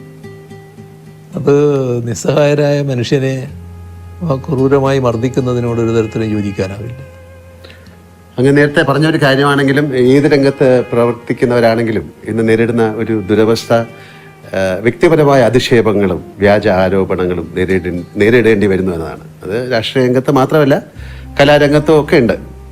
വ്യക്തിപരമായ അധിക്ഷേപങ്ങളെ അങ്ങ് ഒരുപാട് നേരിട്ടിട്ടുമുണ്ട്. ഇങ്ങനെ പതരാതെ നേരിടാൻ പ്രാപ്തനാക്കിയത് അങ്ങയുടെ രാഷ്ട്രീയ പശ്ചാത്തലമാണോ, അത് മറ്റു ജീവിതാനുഭവങ്ങളാണോ? അത് നമ്മുടെ മനസ്സെപ്പോഴും ക്ലീൻ ആയിരിക്കണം. നമ്മുടെ മനസ്സിലൊരു കുറ്റബോധം ഉണ്ടാകരുത്. നിങ്ങളൊരു ആരോപണം ഉയർന്നു വരുമ്പോൾ ആ ആരോപണത്തിൻ്റെ ഭാഗമായുള്ള എന്തെങ്കിലും ഒരു അംശത്തിൻ്റെ പങ്കാളിത്തം നമുക്കുണ്ടെങ്കിൽ നമുക്കൊരു കുറ്റബോധം വരും. ഒന്നുമില്ലാത്തൊരു കാര്യം പറഞ്ഞു കേൾക്കുമ്പോൾ അതിനൊരു ചിരിയോടെ നേരിടാൻ നമുക്ക് സാധിക്കും. ഇപ്പോൾ എന്തെല്ലാം ആരോപണങ്ങൾ വന്നിരിക്കുന്നു. അത് ഒരു ഘട്ടത്തിൽ കേരളത്തിലെ ഒരുപാട് സ്ഥലങ്ങൾ എൻ്റെ പേരിലുള്ളതാണെന്ന് വന്നിരുന്നു. ഒരു വീട് തന്നെ കാണിച്ചുകൊണ്ട് അത് എൻ്റെ വീടാണ് എന്ന് മറ്റൊരാളുടെ വീട് എൻ്റെ വീടാണെന്ന് കാണിച്ചുകൊണ്ട് വാർത്തകൾ വന്നു. ആ വീട്ടുടമ തന്നെയാണ് എന്നെ അറിയിക്കുന്നത്, ഇതെൻ്റെ വീടാണ്, നിങ്ങളുടെ വീടല്ല, ഇങ്ങനെയാണ് വാർത്ത വന്നിട്ടുള്ളത്. പിന്നെ സിംഗപ്പൂർ കമല ഇൻ്റർനാഷണൽ, അങ്ങനെ ഒരു കമ്പനിയുണ്ട്, ഒരു ഇങ്ങനെയുള്ള ഒരുപാട് വാർത്തകൾ. അപ്പോൾ അതൊന്നും നമ്മളെ ബാധിക്കുന്നില്ല, ഒരു തരത്തിലും ബാധിക്കേണ്ട കാര്യമില്ല. അതിന് എന്നെ പ്രേരിപ്പിക്കുന്ന കാര്യം എന്താണെന്ന് പറഞ്ഞാൽ, അല്ലെങ്കിൽ എന്നെ അങ്ങനെ ഒരു രൂപത്തിലേക്ക് എത്തിക്കുന്നത്, തെറ്റുകൾ നമ്മൾ ചെയ്യരുത്. എൻ്റെ പൂർണ്ണമായ വിശ്വാസം ഇതേവരെയുള്ള എൻ്റെ ജീവിതത്തിൽ എന്തെങ്കിലും തരത്തിലുള്ള ഒരു തെറ്റ് ഞാൻ ചെയ്തു എന്ന് എനിക്ക് ബോധ്യമില്ല. അതുകൊണ്ട് തന്നെ എനിക്ക് നല്ല രീതിയിൽ മുന്നോട്ട് പോകാൻ പറ്റും. പക്ഷേ നമ്മുടെ സമൂഹത്തിൽ വലിയ തെറ്റായ ധാരണകൾ നിലനിൽക്കുന്നുണ്ട് നമ്മൾ കാണണം. ഇപ്പോൾ ഒരു അനുഭവം ഞാൻ പറഞ്ഞാൽ, മുൻപ് അന്ന് ഞാൻ മന്ത്രിയൊന്നുമല്ല, ഞാൻ പിന്നെ പാർട്ടിയുടെ ഒരു പ്രധാനിയായിട്ട് നിൽക്കുന്ന കാലമാണ്. അങ്ങനെ ഒരാൾക്ക് ഒരു ട്രാൻസ്ഫർ വേണം, ഒരാളുടെ മകനാണ്, പാവപ്പെട്ടൊരു മനുഷ്യനാണ്. അയാൾ എൻ്റെ അടുത്ത് വന്നു, ഞാനത് ബന്ധപ്പെട്ട ആളെടുത്ത് പറഞ്ഞു, കൊടുക്കാമെന്ന് പറഞ്ഞു. അങ്ങനെ ഒരു ഇടയ്ക്ക് നാട്ടിൽ ചെല്ലുമ്പോഴാണ് ഇത് വരുന്നത്. ഇദ്ദേഹമാണെങ്കിൽ ഞാനുമായിട്ട് വളരെ അടുത്ത ബന്ധമുള്ള ആളാണ്. എനിക്ക് വീട്ടിലെത്താൻ വേണ്ടി ചിലപ്പോൾ പുഴ കടന്നു പോകണം. ഇപ്പോൾ രാത്രി ഇപ്പോൾ ചിലപ്പോൾ 11 മണി വന്ന് അങ്ങനെയൊക്കെ ആയിട്ട് വരുമ്പോൾ ഇദ്ദേഹത്തെ പോയി വിളിച്ചിട്ട്, ഇദ്ദേഹമാണ് തോണി എന്നാണ് നമ്മൾ പറയുക, വഞ്ചിക്ക്, ആ തോണിയിൽ ഇങ്ങോട്ട് കടത്തുന്നത്. അങ്ങനെ ബന്ധമുള്ള ഒരാളാണ്. ചെറുപ്പം മുതലേ എന്നെ അറിയുന്നയാളാണ്. പക്ഷേ ഒരു 2-3 തവണ ഇദ്ദേഹം വന്നതിന് ശേഷം ഒരു ദിവസം എന്നോട് പറയുകയാണ്, അല്ല ഞാൻ എന്തെങ്കിലും വേറെ ചെയ്യേണ്ടതുണ്ടെങ്കിൽ ചെയ്യാം എന്ന് പറയും. അപ്പോൾ എനിക്കത് പെട്ടെന്ന് എനിക്ക് മറ്റൊരു തോന്നലും ഉണ്ടാകുന്നില്ല. നിങ്ങളെന്ത് ചെയ്യാനാണ്, ഇതിൻ്റെ അകത്ത് ചെയ്യാൻ വേണ്ട കാര്യങ്ങൾ പറഞ്ഞിട്ടുണ്ടല്ലോ. അല്ല ഞാൻ മറ്റെന്തെങ്കിലും വീണ്ടും പറഞ്ഞപ്പോൾ എനിക്കൊരു സംശയമായി. എന്താ നിങ്ങൾ പൈസയായിട്ടാണോ ഉദ്ദേശിക്കുന്നത് ചോദിച്ചേ? അതെ. അപ്പോൾ ഞാൻ കുറെ കൂടി മാറ്റാം. അപ്പോൾ ഞാൻ പറഞ്ഞു, നമുക്ക് ഇവിടെ നിർത്താം, എഴുന്നേറ്റ് ഇറങ്ങിക്കോളൂ എന്ന് പറഞ്ഞു. അതത്രയും ഞാനിപ്പോൾ നിങ്ങളോട് പറയുന്നുള്ളൂ, മറ്റൊന്നും നിങ്ങളായതുകൊണ്ട് ഞാൻ പറയുന്നില്ല, നിങ്ങളിപ്പോൾ ഇറങ്ങിക്കോളൂ. അപ്പോൾ പിന്നെ അദ്ദേഹം പോയി അവിടെയുള്ള ആൾക്കാരോട് എനിക്കിങ്ങനെ അബദ്ധം പറ്റിപ്പോയി ഇങ്ങനെ പറഞ്ഞു എന്നൊക്കെ. എനിക്ക് പിന്നെയും വിരോധമില്ല. പിന്നെ ആ പാവത്തിൻ്റെ മകന് പിന്നെ ട്രാൻസ്ഫർ കിട്ടുകയും ചെയ്തു, ഒരു കോർപ്പറേഷൻ്റെ ഭാഗമായിട്ട് ചെയ്യേണ്ടതായിരുന്നു. അപ്പോൾ അതാണ് നമ്മുടെ നാട്ടിലൊരു ധാരണ. ഇത് ഇങ്ങനെ നമ്മളെ ചെറുപ്പത്തിലേ അറിയുന്ന ആൾക്ക് പോലും ഇങ്ങനെ തോന്നുകയാണ്, ഇങ്ങനെ ചെയ്യാൻ പറ്റൂലേ. അത് നാടിൻ്റെ ഒരു രീതിയായിട്ട് വന്നിട്ടുണ്ട്. പക്ഷെ അതിൽ നിന്ന് വ്യത്യസ്തമായിട്ട് തന്നെ നിൽക്കാൻ അന്നും കഴിഞ്ഞിട്ടുണ്ട്, ഇന്നും കഴിയുന്നുണ്ട്, നാളെയും അതിന് മാറ്റം വരില്ല എന്ന് തന്നെയാണ് എൻ്റെ ഒരു പൂർണ്ണ ബോധ്യം. അങ്ങനെ ജീവിതത്തിൽ ഏറ്റവും എപ്പോഴെങ്കിലും ഒരു കരഞ്ഞു പോയ സന്ദർഭമുണ്ടോ? അമ്മയുടെ മരണം അതല്ലാതെ? അത് നമ്മളെ വല്ലാതെ വേദനിപ്പിച്ച സംഭവങ്ങൾ ധാരാളമുണ്ട്. അത് വേദനിപ്പിച്ച ധാരാളം സംഭവങ്ങളുണ്ട്. ഇപ്പോൾ ഏറ്റവും അധികം വിഷമം തോന്നുന്നത് നമ്മുടെ ഒന്നിച്ചുള്ളവരും നമ്മളെ വിട്ടുപിരിയുമ്പോൾ, നമുക്ക് ശേഷം വിട്ടുപിരിയേണ്ടവരാണെന്ന് കരുതുന്നവർ വിട്ടുപിരിയുമ്പോൾ ഒക്കെ ഉണ്ടാകുന്ന പ്രയാസങ്ങളുണ്ടല്ലോ. അതിപ്പോൾ പരസ്യമായിട്ട് തന്നെ പ്രകടമായതാണ്. കോടിയേരി ബാലകൃഷ്ണൻ്റെ ആ അനുശോചന യോഗത്തിൽ സംസാരിക്കാൻ, ആ സംസാരം പൂർത്തിയാക്കാൻ എനിക്ക് കഴിഞ്ഞില്ല. അത് സ്വാഭാവികമായിട്ട് വരുന്ന ഒന്നാണ്. അങ്ങനെയുള്ള ചില ഘട്ടങ്ങൾ ഉണ്ടായിട്ടുണ്ട്. അങ്ങേക്ക് ജീവിതത്തിന് എന്തിനെങ്കിലും ഭയമുണ്ടോ? ഭയം എന്നത് ആ തരത്തിലില്ല. പക്ഷേ പൊതുവിൽ ഞാൻ പാർട്ടിക്ക് കീഴ്പ്പെട്ടു പോകുന്ന ഒരാളാണ്. പാർട്ടി ആഗ്രഹിക്കുന്ന പൊതുവായ നിലപാടുകളുണ്ട്. ആ നിലപാടുകളിൽ അണുകിട വ്യത്യാസം വരരുതെന്ന് ചിന്തിക്കുന്ന ഒരാളാണ് ഞാൻ. അതിനെ ഭയന്ന് ഞാൻ ജീവിക്കുകയാണ്. അങ്ങനെയൊരു ഭയമുണ്ട് എന്ന് വേണമെങ്കിൽ പറയാം. മറ്റ് തരത്തിലുള്ള ഭയം എന്നെ അധികം ബാധിക്കാറില്ല. ജീവിതത്തിലെ എന്തിൻ്റെയെങ്കിലും പേരിൽ അങ്ങ് പശ്ചാത്തപിച്ചിട്ടുണ്ടോ? പശ്ചാത്തപിക്കേണ്ടി വന്നിട്ടുള്ളൊരു ഘട്ടം പറഞ്ഞാൽ, എൻ്റെ ഒരു കോളേജ് പഠനകാലത്ത് ഒരു സുഹൃത്തുണ്ടായിരുന്നു, നല്ല അടുത്ത സുഹൃത്താണ്. അപ്പോൾ ആ വിദ്വാൻ നല്ല വലിയ കാശുള്ള ആളാണ്, സായിപ്പിൻ്റെ മകനായിട്ടുള്ള ആളാണ്. അപ്പോൾ അതിൻ്റെ ഭാഗമായിട്ട് തന്നെ കാശ് ധാരാളമുണ്ട്. അന്ന് ഈ ട്രൗസറിൻ്റെ പോക്കറ്റിൽ നിന്ന് 100 നോട്ടുകൾ എടുക്കുന്ന ഒരു വിദ്വാനാണ്. അങ്ങനെ കാശുണ്ടാകുന്ന ഒരു വിദ്വാൻ. പക്ഷെ എന്നെ വലിയ കാര്യമായിരുന്നു. ഞാൻ വളരെ അടുത്ത ബന്ധത്തിലായിരുന്നു. മദ്യപാനത്തിലേക്ക് നീങ്ങി പുള്ളി. അപ്പം ഞാനന്ന് ഒരു വിദ്യാർത്ഥി പ്രവർത്തകനൊക്കെ ആയിട്ട് മാറിയിട്ടുള്ള കാലമാണ്. അപ്പം ഞാൻ പറഞ്ഞു അത് ശരിയല്ലേ, ഇത് മദ്യം ഉപയോഗിക്കാൻ പാടില്ല എന്ന് പറഞ്ഞു. പക്ഷെ അത് വല്ലാതെ പരിധി വിട്ട് പ്രയോഗിക്കുന്നവരെ വന്നു. അപ്പോൾ പിന്നെ ഞാൻ ആ ബന്ധം അങ്ങ് വിച്ഛേദിച്ചു. പിന്നെ എനിക്ക് പലപ്പോഴും തോന്നിയിട്ടുണ്ട് ആ ബന്ധം വിച്ഛേദിച്ചത് അയാളെ കൂടുതൽ നാശത്തിലേക്ക് എത്തിച്ചു. അയാൾ വല്ലാതെ തകർന്നുപോയി. തകർന്നൊരു പൂർണ്ണമായ മദ്യപാനിയായി റോഡ് വക്കിലൊക്കെ ഇരിക്കുന്ന സൈസായിട്ട് മാറിയിരുന്നു. അപ്പോൾ അത് പിന്നെ എന്നെ ഒരു കുറ്റബോധത്തിലേക്ക് നയിച്ചിരുന്നു. അത് അന്ന് ഞാൻ അങ്ങനെ വിട്ടിരുന്നില്ലെങ്കിൽ ഞാനുമായിട്ടുള്ള അടുപ്പം തുറന്നിരുന്നുവെങ്കിൽ അയാൾ മദ്യപിക്കുമായിരുന്നു. പക്ഷേ ഇതുപോലൊരു മദ്യപാനിയായിട്ട് മാറില്ലായിരുന്നു എന്നാണ് എൻ്റെ ഒരു തോന്നൽ. അതാണ് എനിക്കൊരു കുറ്റബോധം തോന്നിയ ഒരു കാര്യം. മറ്റൊന്ന് കാര്യങ്ങൾ അങ്ങനെ തോന്നിയിട്ടില്ല. അപ്പം അങ്ങയുടെ ദൗർബല്യം എന്താണ് എന്ന് ഞാൻ ചോദിച്ചാൽ എന്തായിരിക്കും ഒരു ഉത്തരം? അത് എന്താണെന്ന് ഇപ്പോൾ ദൗർബല്യം മനസ്സിലാക്കുന്നതിലെ ആൾക്കാർ കണക്കാക്കിയത് എൻ്റെ ദൗർബല്യം എൻ്റെ മക്കളാണെന്നാണ്. അങ്ങനെ ഒരു ദിവസം രാവിലെ എൻ്റെ ഒരു കോളേജ് കാലത്തുള്ള ഒരാൾ രാഷ്ട്രീയമായിട്ട് വിരുദ്ധചേരിയിലാണ്. രാവിലെ എൻ്റെ വീട്ടിൽ വരികയാണ്. എതിർചേരിയിലാണ്, ഭയങ്കര എതിരാടിയാണ്. രാവിലെ വീട്ടിൽ വരികയാണ്. എന്താ പേര് ഞാൻ പറയുന്നില്ല, എന്താന്ന് ചോദിച്ചപ്പോൾ ഇരിക്കുമെന്ന് പറഞ്ഞു.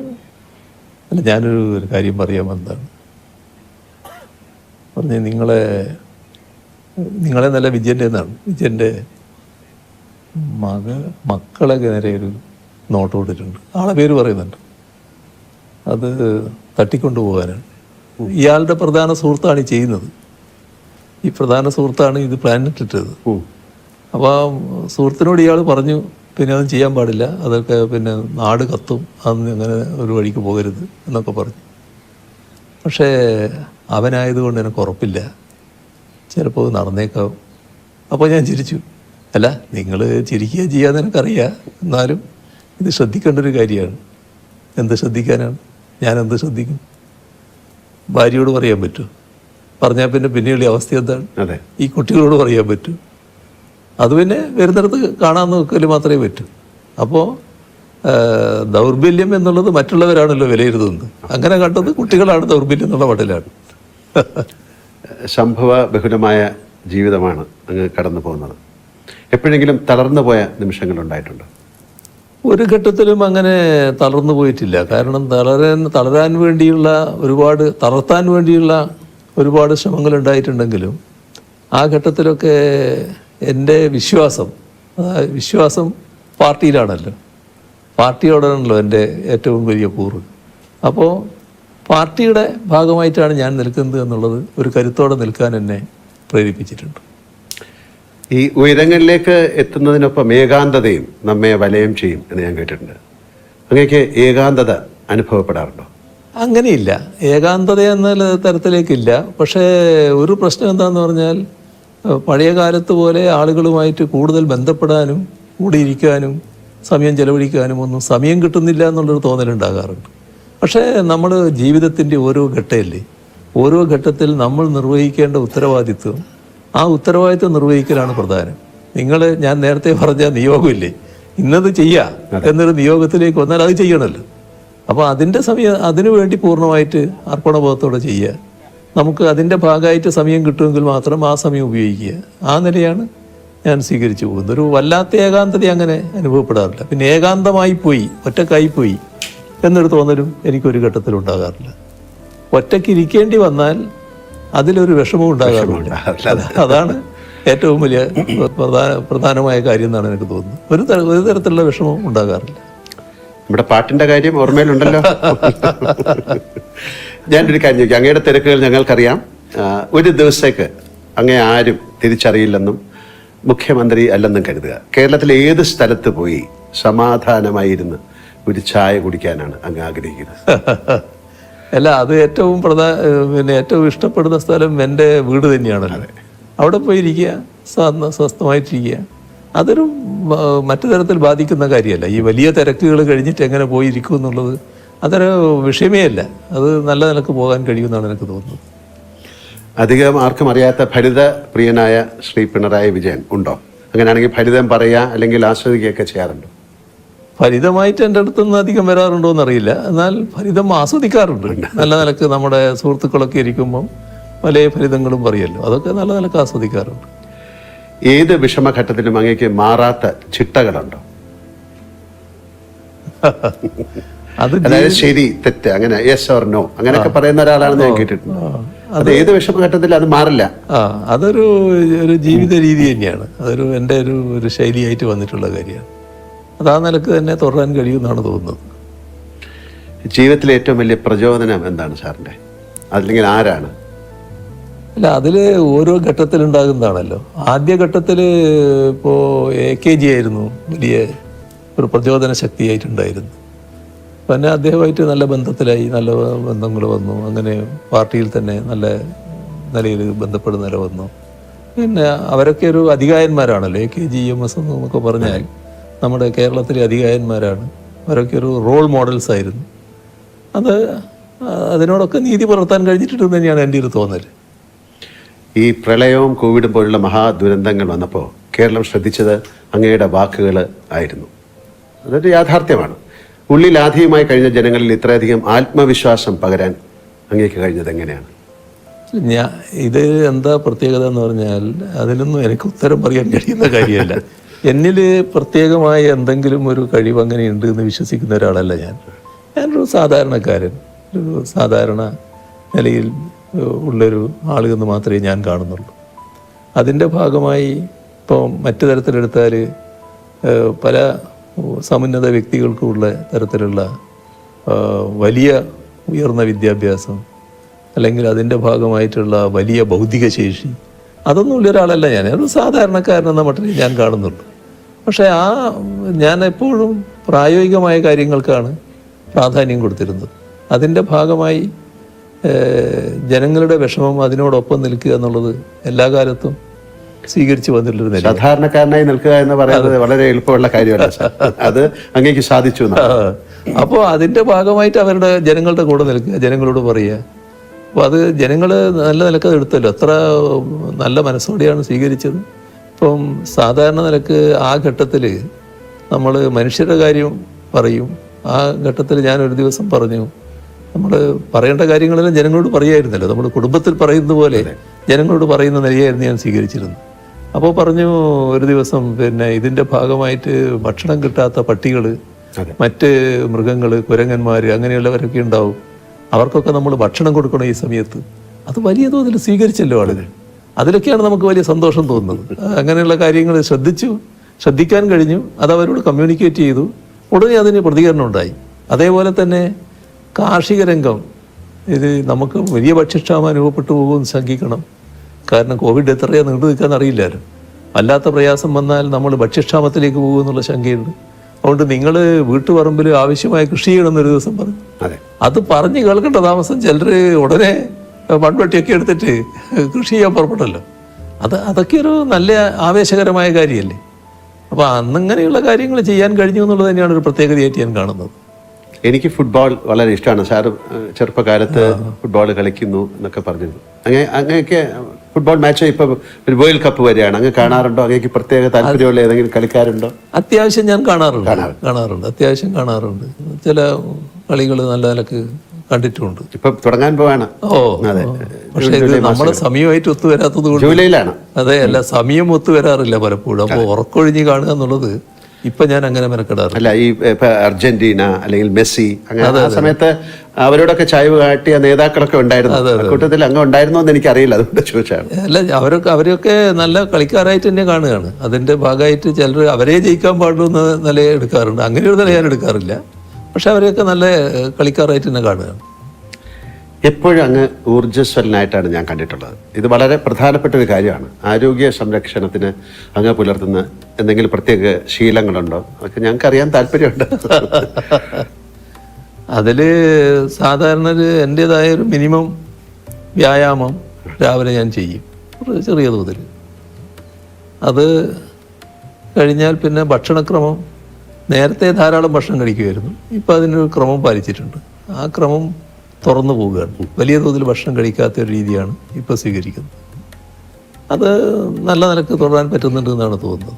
നമ്മൾ അധിക ഭക്ഷണം കഴിക്കുമ്പോൾ അധിക ഭക്ഷണം കഴിക്കണമെന്ന് സ്ഥിരമായിട്ട് തോന്നിക്കൊണ്ടിരിക്കും. അത് ക്രമീകരിച്ചാൽ പിന്നെ പ്രയാസമില്ല. അത്രയും ഭക്ഷണം മതി നമുക്ക് എന്നൊരു നില. അതിലിപ്പോൾ നല്ല സംതൃപ്തി തോന്നുന്നുണ്ട്. കഴിഞ്ഞ ദിവസം അങ്ങ് കുട്ടികളുമായിട്ട് നടത്തിയൊരു മുഖാമുഖം പരിപാടിയിൽ ഞാനത് കാണുകയുണ്ടായി. അങ്ങയുടെ കുട്ടിക്കാലത്തെ കഷ്ടപ്പാടുകളെ കുറിച്ചൊക്കെ പറഞ്ഞു.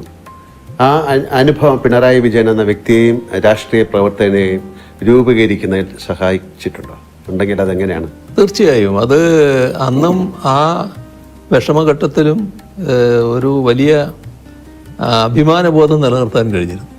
അത് ആരുടെയും മുമ്പിൽ കൈനീട്ടാതിരിക്കുക, തെറ്റായ ഒരു കാര്യവും ചെയ്യാതിരിക്കുക, അങ്ങനെയൊരു നിലപാട് അന്നേ സ്വീകരിച്ചിരുന്നു. അതിനിടയാക്കിയത് എൻ്റെ രാഷ്ട്രീയ ജീവിതത്തിൻ്റെ തുടക്കത്തിൽ ഒരു ദിവസം തലശ്ശേരിക്ക് പോകാൻ കാശില്ല എൻ്റെ കയ്യിൽ. അപ്പോൾ ഒരാൾ കയ്യിൽ നിന്ന് വായ്പ വാങ്ങി.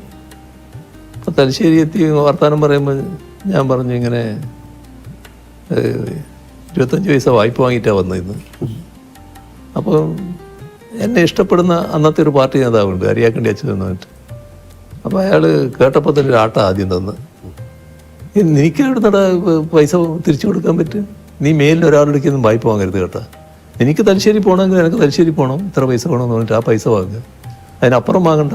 ആ പൈസയും കൊണ്ട് ടിക്കറ്റ് എടുത്തിരിക്കും പോരുക എന്നല്ലാതെ നീ ഇനി വായ്പ വാങ്ങാൻ പാടില്ല ആരോടുക്കും. അത് എനിക്ക് വലിയൊരു പാടായി. പിന്നീട് ഒരു വായ്പയും ആരുടെക്കൊന്നും വാങ്ങേണ്ടി വന്നിട്ടില്ല. അത് പിന്നെ എന്താണോ ആവശ്യം, പാർട്ടിയുടെ ആവശ്യത്തിന് പോവുകയാണ്. അപ്പോൾ നമ്മുടെ കയ്യിൽ പൈസയില്ല, അത് ആ ആവശ്യം പറഞ്ഞിട്ട് പൈസ വാങ്ങുന്നതിൽ തെറ്റില്ല. അതിന് മാത്രം അത് നിറവേറ്റുക. ആ നിലയാണ് പിന്നീട് സ്വീകരിച്ചു വന്നത്. ചില കാര്യങ്ങൾ, ഇത്തരം ചില ചെറിയ ചെറിയ കാര്യങ്ങളിലൂടെ നമുക്കൊരു വലിയ പാഠമായിട്ട് മാറും. അതാണ് വന്ന് മാറിയത്. രാഷ്ട്രീയം കഴിഞ്ഞാൽ അങ്ങേക്ക് ഇഷ്ടമുള്ള മേഖലകൾ ഏതൊക്കെയാണ്? രാഷ്ട്രീയമാണല്ലോ ഫുള്ള്. അതേസമയം പിന്നെ മറ്റ് കലാപരിപാടികളൊക്കെ കാണുന്നതിന് എനിക്ക് വേറെ വിഷമമൊന്നുമില്ല. അതൊക്കെ ഞാൻ സാധാരണ കാണാറുണ്ട്, നല്ല രീതിയിൽ ആസ്വദിക്കാറുണ്ട്. പിണറായിയിൽ ജനിച്ച വിജയൻ സഖാവ് എന്നല്ലാതെ വീട്ടുകാരും ബന്ധുക്കളും മാത്രം വിളിക്കുന്ന എന്തെങ്കിലും വിളിപ്പേര് ഉണ്ടായിരുന്നോ? ഇല്ല, നേരത്തെ ഇല്ല. പക്ഷെ എനിക്കൊരു പേര് പിന്നെ എൻ്റെ ഒരു അധ്യാപകൻ ഇട്ടിരുന്നു. അന്നത്തെ അധ്യാപകർ വളരെ പ്രത്യേകതയാണല്ലോ, കുട്ടികളെ വല്ലാതെ ഉൾക്കൊള്ളുന്നവരാണ്. അതെ, അല്ല ഇന്നും അധ്യാപകർ അങ്ങനെ തന്നെ. അപ്പോൾ അദ്ദേഹം ഇട്ട പേര് മുഖ്യസ്ഥൻ. അത് ശരി. അപ്പോൾ അതൊരു തിരിപ്പേരായിട്ട് ചിലർ വിളിക്കുമായിരുന്നു, മുഖ്യസ്ഥൻ എന്ന് വിളിക്കുമായിരുന്നു. ഇപ്പം സ്കൂൾ കാലത്തെ കുറിച്ച് പറഞ്ഞുകൊണ്ട് ചോദിക്കാണ്, പിണറായിയിലെ വീട്ടുമുറ്റത്ത് ഓടിക്കളിച്ചിരുന്ന വിജയൻ എന്ന ബാലന് മുഖ്യമന്ത്രി കസേരയിൽ ഇരുന്ന് തിരിഞ്ഞു നോക്കുമ്പോൾ എന്ത് തോന്നുന്നു? അതിൻ്റെ ഒരു ഭാഗമാണ് ഞാൻ നേരത്തെ പറഞ്ഞത്. നമ്മളൊരു വളരെ സാധാരണക്കാരനായിട്ടുള്ള ഒരു മനുഷ്യൻ, ഇപ്പോഴും ഗ്രാമീണമായിട്ടുള്ള പല സ്വഭാവങ്ങളും വെച്ച് പുലർത്തുന്ന ഒരാൾ, അതിൻ്റെ എല്ലാ പരിമിതികളോടും കൂടി ഇത്രയും ഉന്നതമായ സ്ഥാനത്ത് എത്താൻ കഴിഞ്ഞത് അത് എൻ്റെ പാർട്ടിയുടെ പിന്തുണ കൊണ്ടാണ്. പാർട്ടിയാണ് എന്നിൽ മുഴുവൻ വിശ്വാസം അർപ്പിച്ചിട്ടുള്ളത്. അതിൻ്റെ ഭാഗമായിട്ടാണ് ഇതെല്ലാം ആയി മാറാൻ എനിക്ക് കഴിഞ്ഞിട്ടുള്ളത്. ഈ ഉന്നതമായ സ്ഥാനം വഹിക്കാൻ പ്രാപ്തനാണോ ഞാൻ എന്നത് എല്ലാ ഘട്ടത്തിലും ഞാൻ ആലോചിച്ചു കൊണ്ടിരിക്കുന്ന കാര്യമാണ്. പക്ഷേ നിർവഹിക്കാൻ കഴിയുന്നുണ്ടെന്നാണ് മറ്റുള്ളവരൊക്കെ പറയുന്നത്. ആ നിലക്ക് നിർവഹിക്കുക. അപ്പം നമുക്ക് ഈ സംഭാഷണം അവസാനിപ്പിക്കാനുള്ള സമയമായി. ഒരു പാട്ടിനെ കുറിച്ച് പാടുന്നതിന് മുമ്പ് എനിക്കൊരു വലിയൊരാളെ കുറിച്ച് പറയാനുണ്ട്. റോബിൻ. ഞാൻ അങ്ങയുടെ വീട്ടിൽ വന്നപ്പോൾ കണ്ടതാണ്. അങ്ങേക്ക് റോബിൻ എന്ന വളർത്തു നായോടുള്ള സ്നേഹവും കരുതലും. അങ്ങ് ഭക്ഷണം കഴിച്ചിട്ട് റോബിന് അങ്ങേ കൈകൊണ്ട് തന്നെ കൊടുക്കുന്നത് ഞാൻ കണ്ടിട്ടുണ്ട്. അങ്ങയുടെ ഈ മുഖം അധികം ആർക്കും അറിവുള്ളത് ആണെന്ന് എനിക്ക് തോന്നുന്നില്ല. അങ്ങേക്ക് എല്ലാ വളർത്തു മൃഗങ്ങളെയും ഇഷ്ടമാണോ, അതോ കുഞ്ഞുനാളിൽ തുടങ്ങിയാണോ ഇത്, അതോ നായകളോട് മാത്രമാണോ ഇഷ്ടം? കാര്യം ഇത് റോബിന്റെ ഒരു അവകാശം പോലെയാണ് അങ്ങയുടെ കയ്യിൽ നിന്നൊരു ഭക്ഷണം കഴിക്കുക എന്നുള്ളത്. അത് മൃഗങ്ങളോടും പക്ഷികളോടും ഒക്കെ നല്ല ബന്ധം നമ്മൾ പുലർത്തിയാൽ അവരതേ രീതിയിൽ പ്രതികരിച്ചുകൊണ്ടിരിക്കും. ഞാനിവിടെ നമ്മുടെ സഹായിയായിട്ടുള്ള മുരുകേഷനുണ്ട്. മുരുകേഷനോട് പറഞ്ഞു, ഇവിടെ കാക്കകൾ വരും, കാക്കക്ക് നീ ഭക്ഷണം കൊടുക്കണമെന്ന്. ഇപ്പൊ എന്താ ചെയ്യുന്ന പറഞ്ഞാൽ ഒരു കാക്ക അവന്റെ കയ്യിൽ നിന്ന് ഭക്ഷണം എടുക്കും. അപ്പൊ കയ്യിൽ നിന്ന് അങ്ങനെ നേരിട്ട് കൊടുക്കണ്ടെന്ന് ഇപ്പം ഞാൻ പറഞ്ഞു, എറിഞ്ഞു കൊടുത്താൽ മതി. കാരണം എന്തെങ്കിലും രോഗം പകർന്നെങ്കിലും വിഷമാണല്ലോ. പക്ഷെ നേരെ കയ്യിൽ നിന്ന് എടുക്കുക ആ കാക്ക വന്നിട്ട്. അതാണ് ആ ബന്ധം എന്ന് പറയുന്നത്. ഇവിടെ ഒരു ക്ലിഫ് ഹൗസിൻ്റെ മുമ്പിൽ ഒരു ഫൗണ്ടൻ ഉണ്ടല്ലോ. ആ ഫൗണ്ടൻ സാധാരണ രാവിലെയാണ് നമ്മളിടല്. ഒരു ദിവസം ഇങ്ങനെ തോന്നിയപ്പോൾ ഞാൻ പറഞ്ഞു അത് വൈകുന്നേരം ഒന്ന് ഇട്ട് നോക്കുന്നു പറഞ്ഞു. ഒരു 6 മണിക്ക്. അപ്പോൾ പക്ഷികൾ കൂടുന്ന സമയമായിരുന്നു. ഇവരെല്ലാവരും വന്ന് എന്തൊരു സന്തോഷമാണെന്നറിയോ. അവർ കുളിച്ച് ഒരു കുളിയുണ്ടാവും. ആ കുളിയെല്ലാം കഴിഞ്ഞിട്ട് ഒരു സദസ്സുണ്ട് അവിടെ ഇരുന്നിട്ട്. അങ്ങനെ എല്ലാം കുളി കഴിഞ്ഞിട്ട് അവർ കൂട്ടിലേക്ക് പോവുകയാണ്. അപ്പോൾ നായയുടെ കാര്യം പറഞ്ഞാൽ വലിയ അത്ഭുതകരമായ കഥ എൻ്റെ അടുത്തുണ്ട്. ഞാൻ ആദ്യമുള്ള എൻ്റെ ചെറുപ്പകാലം വീട്ടിൻ്റെ സൈഡിലൂടെ ഒരു കൂട്ടർ പോവുകയാണ്. പഴയ തവളയെ പിടിക്കുന്നവരാണ്, നാട്ടുകാരല്ല. അവരുടെ കൂട്ടത്തിലുള്ള ഒരു പട്ടി, ചെറിയ പട്ടിയാണ്. അവിടെ നിന്ന് ഇറങ്ങിയിട്ട് വീട്ടിലേക്ക് വന്നു. അപ്പോൾ അവരങ്ങ് പോയി. അപ്പോൾ ഇത് ഒരു പട്ടി. അപ്പോൾ എൻ്റെ ജ്യേഷ്ഠനുണ്ട്. ജ്യേഷ്ഠൻ പറഞ്ഞു അതവിടെ നിന്നോട്ടെ, വന്നതല്ലേ അവിടെ നിൽക്കട്ടെ എന്ന് പറഞ്ഞു. അത് പിന്നെ വീട്ടിൽ വളർന്നു. വേറെ ശാസ്ത്രീയ വാർത്തകളൊന്നുമല്ല, നാടൻ പട്ടി എന്ന രീതിയിൽ പാട്ടുകയാണ്. ആ പട്ടിയുടെ ഒരു കഥയാണ് ഞാൻ പറയുന്നത്. ഒരു ദിവസം അമ്മയുടെ അടുത്ത്, അടുക്കളയിലെ അമ്മയുടെ അടുത്ത് പോയിട്ട് ഇതൊന്ന് മുരണ്ട് ചെറിയ മട്ടിൽ കുരച്ചു, മുണ്ടൊന്ന് കടിച്ചു വിരിച്ചു. അപ്പോൾ അമ്മ ചീത്ത പറഞ്ഞു. അപ്പോൾ ഇതിന് അമ്മയുടെ അടുത്ത് യേശുന്നില്ല എന്ന് തോന്നി. നേരെ അവിടെ നിന്ന് ഇറങ്ങി ആ വീട്ടിൻ്റെ തൊട്ട് പിന്നിലുള്ള ഒരു വീടുണ്ട്. അവിടെ ഒരു നാണി എന്ന് പറയുന്ന സ്ത്രീയുണ്ട്. ആ സ്ത്രീയുടെ അടുത്ത് പോയി ഇതേ കാര്യം അവരോട് ചെയ്തു. അപ്പോൾ അവർ കുറച്ച് പിന്നെ പോസിറ്റീവായിട്ട് എടുത്തു. ഇതൊരു പെൺപട്ടിയാണ്, എന്താ മോളെ എന്നെല്ലാം പറഞ്ഞിട്ട്. അപ്പോൾ മുണ്ടിങ്ങനെ കടിച്ച് വലിച്ച് നടന്ന് ഈ വീട്ടിൻ്റെ പിന്നിലൂടെയാണ് വരേണ്ടത്. അപ്പോൾ വീട്ടിലെ അവസ്ഥ എങ്ങനെയാണെന്ന് പറഞ്ഞാൽ വീടിൻ്റെ മുറ്റം അത് കഴിഞ്ഞിട്ടൊരു പ്ലാറ്റ്ഫോം പോലെയാണ് കിണറിൻ്റെ. ആ പ്ലാറ്റ്ഫോമിന് കഴിഞ്ഞാൽ ഒരു കല്ലിങ്ങനെ വെച്ചിട്ടുണ്ട്. അതിൻ്റെ അപ്പുറം കിണറാണ്. അപ്പോൾ വലിയ ആൾമറയുള്ള കിണറല്ല നടത്തും. ഇവള് ഈ നാണി നടന്നു വന്ന് വടക്ക് മുറ്റത്തെത്തിയപ്പോൾ കാണുന്നത് ഇവളെ മുട്ടിലഴഞ്ഞു വരുന്ന കുട്ടിയുണ്ട്. ആ കുട്ടി ഈ പ്ലാറ്റ്ഫോം കയറിയിട്ട് ഈ ഒറ്റക്കല്ലുണ്ടല്ലോ, ആ കല്ല് പിടിച്ചിട്ട് ഇങ്ങനെ കിണറിലേക്ക് നോക്കുന്നതാണ്. പിന്നെ എന്താ പറയേണ്ടത്? അങ്ങനെ അത്ഭുതകരമായ രക്ഷപ്പെടൽ. പിന്നെ അവൾക്ക് ഈ പട്ടി എന്ന് പറഞ്ഞാൽ ഭയങ്കര ജീവനാണ്. അങ്ങനെ കഴിവുള്ള പട്ടികളുണ്ട്. ആ പട്ടി തന്നെ ഒരു ദിവസം ഞാനിങ്ങനെ സാധാരണ ആ കാലത്തൊരു ശീലം, പുറത്തു പോയാൽ ചെരുപ്പുണ്ടായാലും ചെരുപ്പില്ലെങ്കിലും, ചെരുപ്പില്ലാത്ത കാലമാണ് അധികവും, കാല് കഴുകിയിട്ട് അകത്തോട്ട് വീട്ടിലേക്ക്. അങ്ങനെയാണ് ഒരു ശീലം. ഒരു കോലായിലേക്ക് കയറുമ്പോൾ ഉള്ളൊരു വലിയ കല്ലുണ്ട്, അതിൻ്റെ നിന്ന് കാല് കഴുകി അതിന് വെള്ളം ഇവിടെ വെച്ചിട്ടുണ്ടാകും. അപ്പോൾ ഞാനൊരു ദിവസം ചെന്നപ്പോൾ വെള്ളം അവിടെ ഇല്ല. അകത്ത് പോയി വെള്ളം എടുത്തിട്ട് വന്നിട്ട് പിന്നെയും കഴുകും. അകത്ത് പോയി പിന്നെ വെള്ളവും പാത്രവും എടുത്ത് വന്ന് കിണ്ടിന്നാണ് പറയാൻ നമ്മൾ, കിണ്ടിയും വെള്ളം എടുത്ത് വന്ന് പിന്നെ കാല് കഴുകാനാണ് വരുന്നത്. പട്ടി വിടുന്നില്ല. പട്ടി ഭയങ്കര തടസ്സം. അപ്പോൾ എന്താ പ്യാസി എന്ന് അതിൻ്റെ പേര്. എന്താന്നെല്ലാം പറഞ്ഞിട്ട് ഈ വിളക്ക് തൂക്കിയിട്ടുണ്ട്. തൂക്കിയ വിളക്കെടുത്ത് ഞാനിങ്ങനെ നോക്കുകയുണ്ട്. അപ്പോൾ ഈ കല്ലിൻ്റെ മേലെ വലിയൊരു പാമ്പ്, കരിവേലിപ്പട്ടാന്ന് പറയും, ആ പാമ്പിങ്ങനെ കിടക്കുകയാണ്. നമ്മൾ കണ്ടതോടുകൂടി പട്ടി പോയി. പിന്നെ ആ കാലാണല്ലോ, ഇന്നത്തെ പോലെ പാമ്പിനെ സംരക്ഷിക്കേണ്ട കാര്യമൊന്നുമില്ല, തല്ലിക്കൊന്നു. അതാണ്, അത്രയും കഴിവുള്ള പട്ടികളുണ്ട്. അതിൽ നിന്നൊരു പട്ടി സ്നേഹം ഉണ്ടായിരുന്നു പറയാം. അല്ല, റോബിനെ അങ്ങയോടുള്ള അങ്ങേക്ക് റോബിനുള്ള സ്നേഹം. സാർ, അപ്പം വളരെ സന്തോഷം. നമുക്കൊരു പാട്ടിലേക്ക് കടക്കാം. അങ്ങേക്ക് പാടാൻ സാധിച്ചില്ലെങ്കിൽ വരികൾ പറഞ്ഞാലും മതി. ഞാൻ നിങ്ങൾക്ക് വേണ്ടിയുള്ള ഒരു പാട്ട് തന്നെയാകാം. അയ്യോ, ആയിക്കോട്ടെ. ഹൃദിസ്ഥമീശ്വരം തെക്ത പ്രതിഷ്ഠാം പ്രതിമാം ഭജയിൽ കരസ്ഥ പായസം തെക്ത കോപ്പരസ്ഥ ഗളം പിൻപേൽ എന്ന് പറഞ്ഞാൽ മനുഷ്യന്റെ ഹൃദയത്തിലാണ് ഈശ്വരൻ. ഹൃദിസ്ഥമീശ്വരം തെക്ത പ്രതിഷ്ഠാം പ്രതിമാം ഭജയിൽ. ഈ പ്രതിഷ്ഠയുടെ പിന്നിലേക്ക് പോകുന്നത്, വിഗ്രഹത്തിന് മുന്നിലേക്ക് പോകുന്നത്.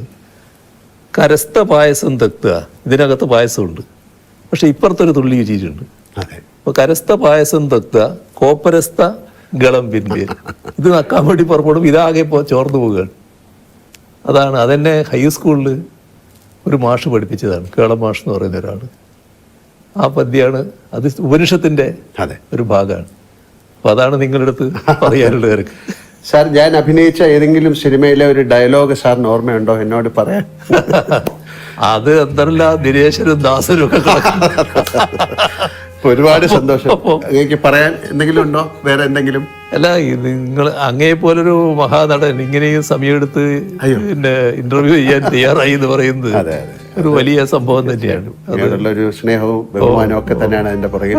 കാര്യം നമ്മുടെ പരസ്പര സ്നേഹം ഇങ്ങനെ തുടരട്ടെ. ഇതേവരെ അതാരും അറിയില്ലായിരുന്നു, ഇങ്ങനെ അറിയട്ടെ.